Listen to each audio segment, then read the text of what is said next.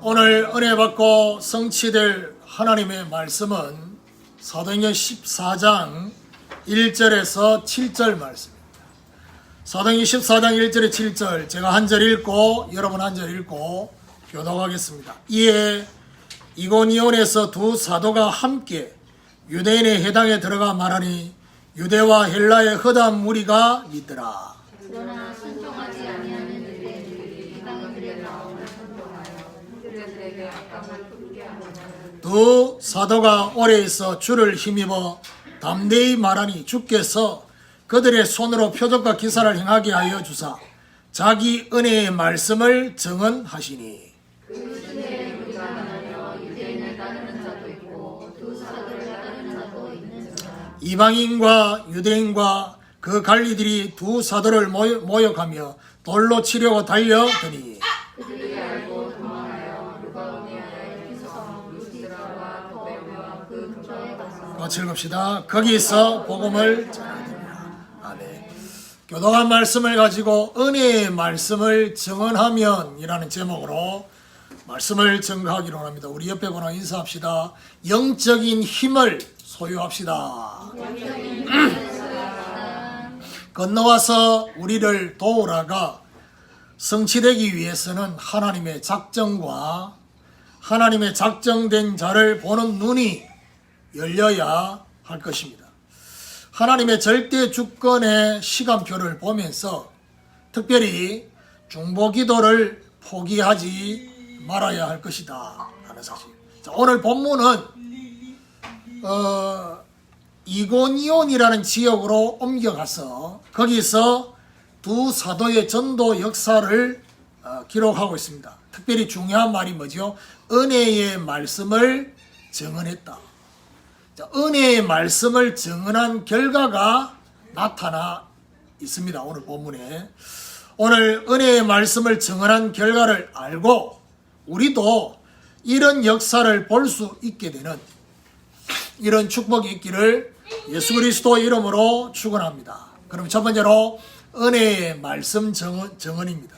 1절에 보니까 이에 이고니온에서 두 사도가 함께 유대인의 회당에 들어가 말하니 유대와 헬라의 허다한 무리가 믿더라. 바울팀은 비시디아 안디옥에서 이고니온이라는 지역으로 이동을 하게 됐습니다. 두 사도가 함께 유대인의 회당에 들어가서 복음의 말을 하게 되어졌습니다. 굳이 복음의 말씀이라 안 하고 복음의 말이라고 하게 된 것은 뭐 본격적인 메시지를 한 것 같지는 않아요. 이렇게 그냥 복음에 대해서 툭툭 던지는 그런 상태. 두 사도의 복음 증거로 유대와 헬라의 허다한 무리가 믿게 되어졌습니다.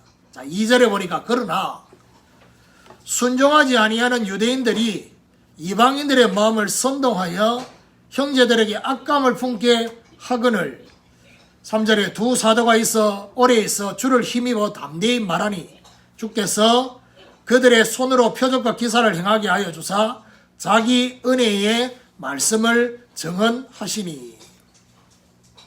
자, 이런 허다한 무리가 믿게 되어지는 걸 보면서 순종하지 아니하는 유대인들이 이방인들의 마음을 선동했다 했어. 유대인들이 마음을 선동하여서 형제들의 마음에 악감을 품도록 그렇게 하고 있습니다. 마귀짓을 합니다. 그리고 악감을 품도록 이 말은 무슨 말이죠? 하나님의 주권을 대적하도록 하는, 하나님의 복음을 대적하게 만드는 그 마음을 말합니다. 그런데 두 사도가 오래 있어. 자, 이런 악감을 품게 하는 그런 일이 있었는데도 두 사도가 그 지역에 오래 있었어요. 주를 힘입어 담대히 복음을 말하게 되는 이런 것들. 주께서 그들의 손으로 표적과 기사를 행하게 하여 주셨습니다. 사실은 모든 현장에 표적과 기사가 나타나느냐? 그렇진 않습니다. 표적과 기사가 필요할 때가 있습니다. 주로 사복음서도 그렇고 오늘 이 본문에도 표적과 기사가 언제 나타났냐? 믿지 않는 사람들이 많을 때. 그러니까 이 사단의 역사로 복음을 방해하는 믿지 않는 역사들이 많을 때 하나님은 구원 역사를 이루셔야 되겠는데 그 부분을 잠재우도록 하기 위해서 표적과 기사를 주께서 그들의 손으로 표적과 기사를 행하게 하시는데 이런 표적과 기사로 중요한 말은 표적과 기사가 목적이 아니에요. 표적과 기사를 통해서 자기 은혜의 말씀을 증언하게 하십니다. 마치 보좌에 앉으신 주님께서 그들과 함께 역사하사 따르는 표적으로 말씀을 확실히 증언하시는 그 부분하고 연결되는 그런 의미입니다. 자기 은혜의 말씀이라는 표현. 그냥 은혜의 말씀이 아니라 자기 은혜의 말씀. 이 말은 무슨 말이죠? 본인이 소유하고 있는 말씀을 말합니다. 오늘 저와 여러분이 내가 소유하고 있는 복음을 말하는 거하고 복음을 말할 때 이걸 빌리는 거하고 완전 달라요. 뭐가 다르냐? 벌써 내가 소유하고 있을 때는요, 평안함과 여유가 있습니다. 그런데 그렇지 않을 경우에는요, 뭔가 모르게 조급해요. 주로 이제 들었던 얘기를 말하는 거하고 내가 가지고 있는 걸 말하는 건 완전 다른 거거든요. 은혜의 말씀은 유대인들의 율법과는 반대가 되는 것입니다. 율법과 반대된다 말하면 무슨 말입니까? 율법은 결국 뭘 만들어냅니까? 율법을 지키면 지킬수록 자기 의를 만들어냅니다.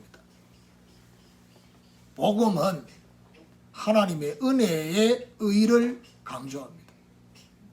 이게 다릅니다. 왜 저와 여러분이 내가 한 주간 동안 어떻게 살았고 막 이런 부분에 대해서 그렇게 집중하지 말라고 하느냐? 거기에 집중하면 자꾸 나도 모르게 뭐지요? 제대로 살면 자기 의의가 형성이 돼요. 못 살면 어떻게 되느냐? 본인이 또 눌려요. 정죄 속에 눌리게 된다. 그게 율법이에요. 복음은 분명히 내 힘으로 되지 않는데 하나님의 은혜로 되어진 그 부분이에요. 그리고 중요한 거는요, 이 은혜라는 말은 무슨 말입니까? 하나님의 주권이 그 안에 포함되어 있어요. 세가족 양육 메시지 하면서 되겠죠. 하나님의 주권 속에서 은혜가 발견되는 거예요. 모든 사람이 태어나서 마땅히 죄인으로 태어났기 때문에 죄를 지을 수밖에 없고 죄의 삭은 사망이요 결국 죄인으로 지옥 갈 수밖에 없는데 하나님이 거기서 저와 여러분이 그냥 흘러가는 그 인생으로 살도록 하지 않고 내가 너를 지명하여 불렀나니 너는 내 것이다. 하나님의 주권 속에서 선별되어진 은혜. 이게 다른 겁니다. 저와 여러분 지금 우리에게 주어지고 있는 모든 것은 우연이 없어요. 저와 여러분 언제부터 우리 심령에 내 심장이 널뛰고 있지만 또 다른 심장이 뛰기 시작합니까? 하나님이 내 인생 가운데 개입하신다는 것을 느낄 때 심장이 뛰기 시작해요. 그렇죠? 그 표현을 다르게 표현할 수 있어요. 소름이 돋는다. 이게 소름이 돋는다 말은 무슨 말이죠? 실제로 하나님이 내 인생에 지금 개입하고 계시구나. 그것도 어떤 개입입니까? 나 중심으로 개입을 하고 계시구나. 그때 깨닫습니다. 뭘 깨닫습니까? 내가 그렇게 영적 상태가 좋지도 않는데 그걸 보고 하나님의 절대 은혜라는 것입니다. 절대 일방적인 은혜를 저와 여러분이 주고 계시고 그 속에는 뭐죠? 하나님이 이루시고자 하는 절대 계획이 있는 것입니다. 그걸 여러분이 아시는 거예요. 오늘 우리도 바울팀처럼 은혜의 말씀을 증언하도록 이 은혜의 복음을 소유하게 되는 이런 축복이 있기를 예수 그리스도 이름으로 축원합니다. 두 번째로 유대인을 따르는 자입니다. 4절을 보면요, 그 시내의 무리가 나뉘어 유대인을 따르는 자도 있고 두 사도를 따르는 자도 있는지라. 바울 팀의 은혜의 말씀 증언으로 그 시내의 무리가 완전히 나뉘어졌습니다. 왜 그럴까요? 복음의 말씀에는 빛이 있습니다. 빛이 비치면 심령의 상태가 구분됩니다. 저와 여러분이 아셔야 될 게 뭐냐?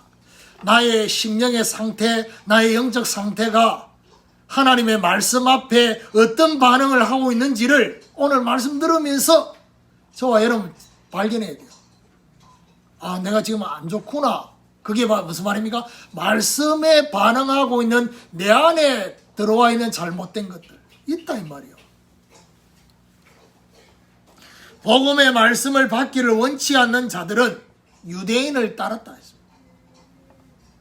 은혜의 말씀을 증언하며 해야 되느냐? 유대인을 따르는 자들이 나오게 됩니다. 5절에 보니까 이방인과 유대인과 그 관리들이 두 사도를 모욕하며 돌로 치려고 달려드니, 이 사람들은 주로 돌을 들어요.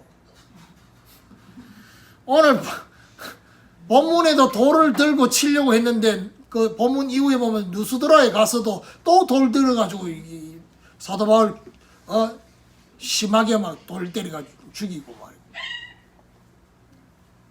이방인과 유대인들과 관리들이 두 사도를 모욕하며 돌로 치려 했습니다. 여러분, 돌로 칠 정도라고 한다면 이 사람들은 어느 정도의 상태이길래 돌로 치려고 했겠습니까? 본인들이 가지고 있었던 율법의 기준이 너무 확신에 차 있어. 이게 문제. 여러분, 이단에 빠진 사람들 중에서도 이단에서 돌아올 수 있는 사람이 있고 돌아올 수 없는 사람이 있거든요. 이단의 영을 받았다 안 받았다 그 기준이 뭐냐? 확신이에요. 확신 속에 있으면요 어떤 면에서 못 돌아와요. 그런데 확신이 아니라 그 속에서 계속 갈등하고 있는 사람이잖아요. 아직 이단의 영을 받지 않았어요. 그래서 갈등하는 거예요. 오늘 여기 돌을 들었단 말은 자기 확신이 너무 충만했어요. 그러다 보니까 돌을 들고 사도 바울과 바나바를 치려고 하는 그 자체가 본인들은 하나님 앞에 바르다고 생각하고 있다. 이게 문제거든요. 복음의 빛이 비치면요 어두움의 심령 상태가 드러납니다. 정확하게 말하면 이 반응은 어떤 반응일까요? 자신도 모르게 자기 안에 자리 잡은 것이 반응을 한 거예요. 그런 거 있잖아요. 법 없이도 살 수 있는 저 사람이 왜 갑자기 저렇게 미쳐서 날뛰냐. 그게 미쳐서 날뛰는 그게 평상시에 자기 안에 있었던 그게 아니라 평상시에 반응하지 않았던 자기 안에 뭔가 주장하고 있는 그것이 반응이에요. 흑암이 반응을 한 거예요. 그걸 봐야 돼요. 이들의 반응은 평상시에 나오는 보통의 반응이 아니었다 이 말이에요. 여러분 복음 딱 전하면요 복음에 대해서 바로 반응을 하고 좋게 반응하는 사람이 있는가 하면요 복음을 딱 전하면 평상시에 저 사람이 그런 사람이 아니었는데 눈빛이 확 바뀌는 사람. 근데 꼭 그 눈빛이 어떤 눈빛이에요? 잡힌 눈빛이죠. 흑암에 잡힌 눈빛. 그 말은 무슨 말이죠? 드러난 거예요. 평상시에는 몰랐어. 사람이 너무 인격적으로 자기를 수행하고 커버했기 때문에 몰랐는데 복음의 빛이 탁 비치니까 자기 안에 그게 반응을 한 거예요. 빨리 눈치를 채야 돼요. 아, 이 흑암이 반응을 하구나. 오늘 우리는 유대인을 따르는 내면의 상태를 볼 수 있어요. 이게 너무 중요합니다. 사람의 그 삶, 그 껍데기가 아니라 내면의 상태를 볼 수 있는, 저와 여러분 안에 들어와 있는 문제를 만나보면요, 내 안에 뭐가 들어와 있는지 알아요. 그렇죠? 평상시에는 잘 모르다가 문제를 탁 만나보면 내 안에 무엇이 들어와 있는지가 보인다니까요. 예를 들면 문제를 딱 만나면 나도 모르게 내 안에 화가 나는 게 또 있다니까.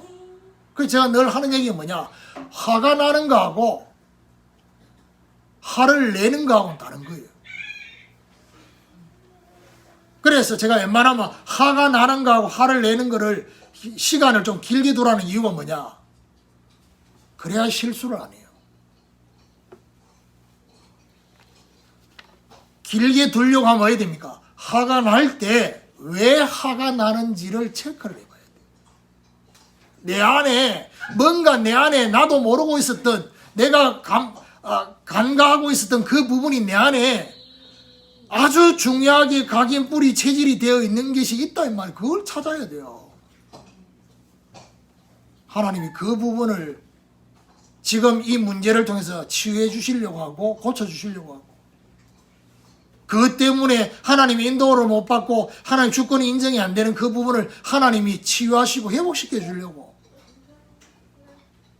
지금 이 시간표를 주셨구나, 이렇게 깨달아야 돼요. 오늘 저와 여러분, 우리 자신도 그렇고 다른 사람들 내면의 상태를 볼 수 있다. 이는 눈이 열려지기를 예수 그리스도 이름으로 축원합니다. 세 번째로, 두 사도를 따르는 자입니다. 복음의 말씀을 받기를 원하는 자들도 있었어요. 그 사람들은 두 사도를 따르게 됐다는 거죠. 자, 두 사도를 따르는 사람들의 특징이 뭐겠습니까?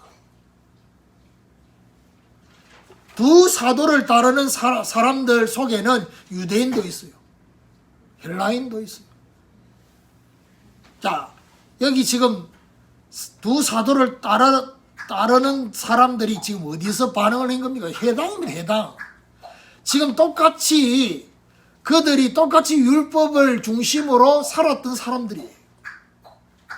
그런데 어쩌면 두 사도를 따르는 이 사람들은 어떤 상태였길래 따랐냐? 아까 얘기했던 이단 얘기하고 똑같은 거예요.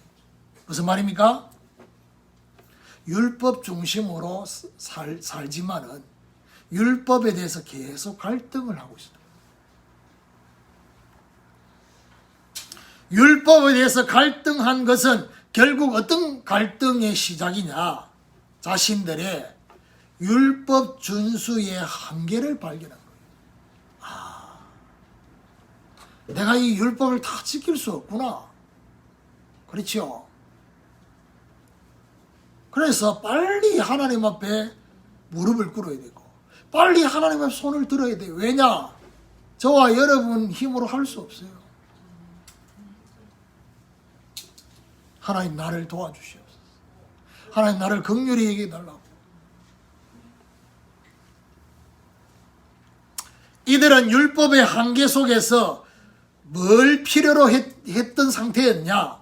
복음의 해방, 복음의 자유.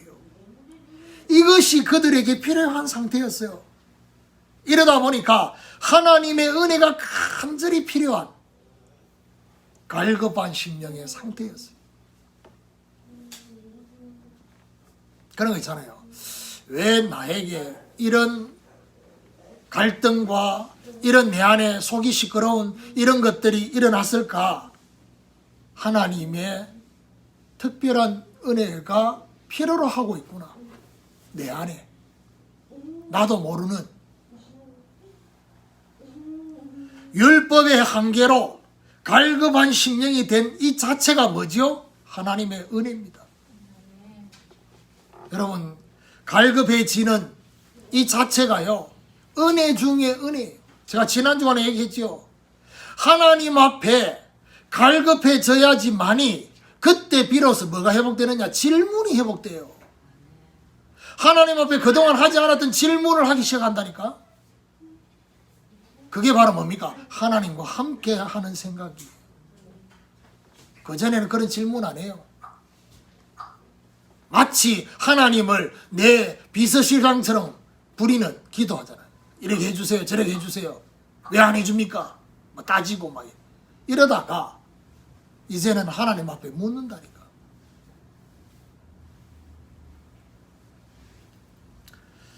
이들에게는 하나님이 주시는 뭐가 임했냐? 심령의 복을 받은 상태. 이게요. 율법에 자기 의에 빠지면요, 심령이 가난해지잖아요. 그런데 정말 율법의 한계를 인정하고 나의 한계를 인정하고 나의 한계를 발견하고 남아야 되느냐? 심령이 가난해져. 심령이 가난한 자는 복이 있나니 천국이 저희 것이며. 그래서 여러분 아셔야 될 게 뭐냐? 제자의 시작이 뭔지 압니까? 제자의 시작은 바로 율법과 복음의 은혜를 구분하는 거예요. 율법과 복음의 은혜를 구분하는 거기서부터 제자가 되는 시작이 시작되는 거예요. 그러면 결국 오늘 본문에서 유대인을 따르는 사람과 두 사도를 따르는 이 사람들을 통해서 결국에는 따르는 자만 나온 게 아니라 이 두 가지를 동시에 보면서 누가 생겨났다는 얘기입니다. 제자가 생겨났다는 얘기예요.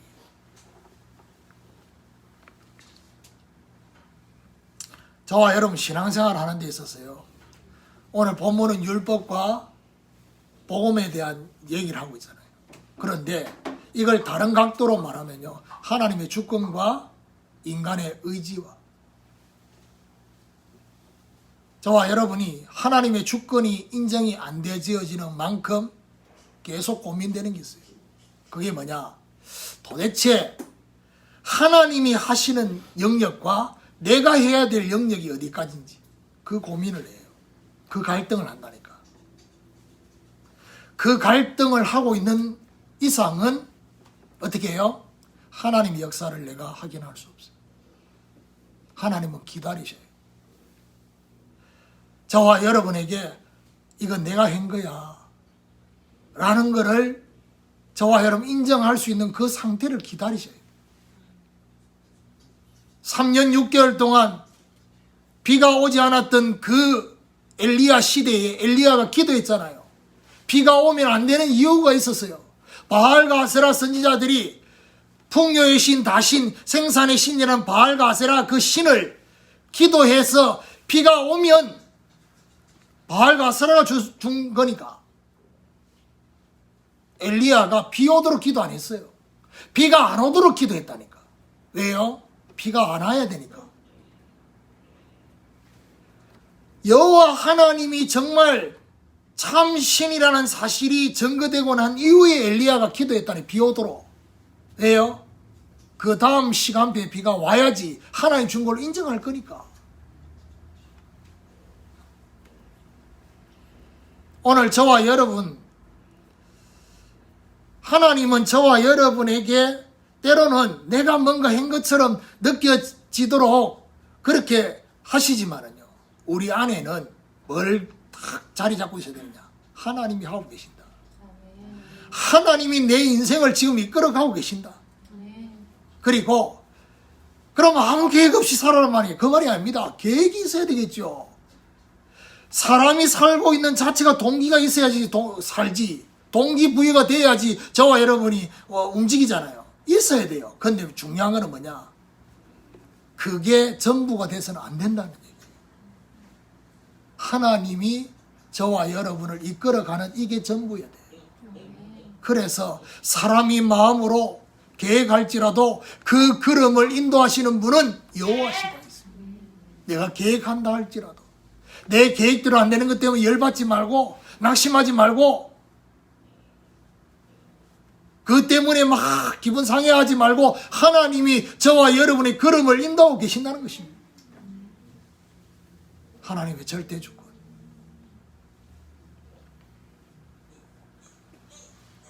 이 두 사도를 따랐단 말은 무슨 말입니까?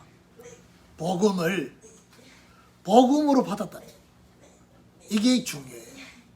오늘 저와 여러분에게 하나님이 뭘 원하시느냐? 복음으로 받기를 원하셔요.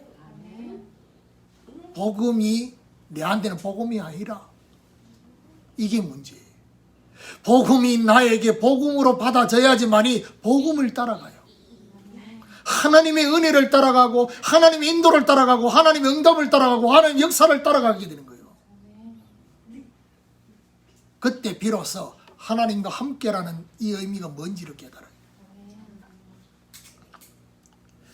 오늘 이 본문을 보면서 우리는 뭘 발견해야 되겠습니까? 우리는 이런 착각 속에 살아갈 수가 있어요. 그게 뭐냐? 내가 모든 사람에게 인정받고 싶은 착각. 여러분, 모든 사람에게 내가 인정받을 수 없어요. 모두를 충족시킬 수 없어요. 결국 무슨 말입니까? 하나님의 중요한 시간표가 되면 하나님의 역사의 반응을 보이는 사람만 가지고 가야 돼요. 그게 하나님의 인도예요. 오늘 이 중요한 본문을 보면서 우리는 뭘 봐야 되느냐? 모두를 충족시키지 말라는 겁니다. 충족시킬 수가 없다는 겁니다. 복음에 반응을 하는 자를 찾아라는 것이에요. 오늘 우리도 복음에 반응을 하며 복음을 따르는 자를 보는 눈이 열려지게 되기를 예수 그리스도 이름으로 축원합니다. 결론입니다. 6절 7절에 보니까 그들이 알고 도망하여 누가오니아의 두 성 루스드라와 더베와 그 근방으로 가서 거기서 복음을 전하니라. 여기 중요한 말이 뭐죠? 도망하여 거기서 복음을 전하니라. 사도 바울과 바나바가 도망갔어요. 도망갔는 데서 끝나지 않고 도망가가지고 거기서 또 뭐합니까? 복음을 전해요. 못 말리는 사람들이에요. 이거 뭘 말합니까? 두 사도는요, 핍박에 낙심하지 않았어요. 복음 전파하는 걸 중단하지 않았어요. 도리어 뭐지요? 핍박을 이용해서 다음 현장으로 가는 시간표로 알고 복음 전파를 중단하지 않았다는 얘기예요. 무슨 말입니까? 이건 다른 말로 말하면 하나님이 저와 여러분을 통해서 이루시고자 하는 절대 계획과 절대 사명이 지금 우리에게 주어지는 여러 가지 환경과 문제 때문에 중단돼서는 안 된다는 거예요. 지금. 그거를 이용해서 그걸 활용해서 복음의 진보를 이루는, 내가 당하는 이 당하는 일이 도리어 복음의 진보가 되도록 하는 영적 업어치기를 할 수 있는, 그래서 제가 오늘 옆 사람을 인사하라는 말이 제목은 은혜의 말씀을 정언하면인데 인사를 뭘 시켰습니까? 영적인 힘을 소유합시다 했죠. 사도 바울과 바나바가 이 핍박을 이용해서 복음을 증거했던 거죠. 우리도 계속해서 뭐 해야 됩니까? 은혜의 말씀을 증언하는, 우리에게 주신, 각자에게 주신 은혜의 말씀을 말씀되게 하는 이 사명에 집중하는 전도자의 삶을 지속할 수 있다. 그 어떤 것도 뭐가 돼요? 문제가 되지 않는다. 문제되지 않습니다. 문제되지 않습니다. 뭘요? 영적인 힘을 가져야 돼요. 오늘부터 두 사도처럼 은혜의 말씀을 계속해서 증언하는 자가 되는 이런 축복이 있기를 예수 그리스도 이름으로 축원합니다.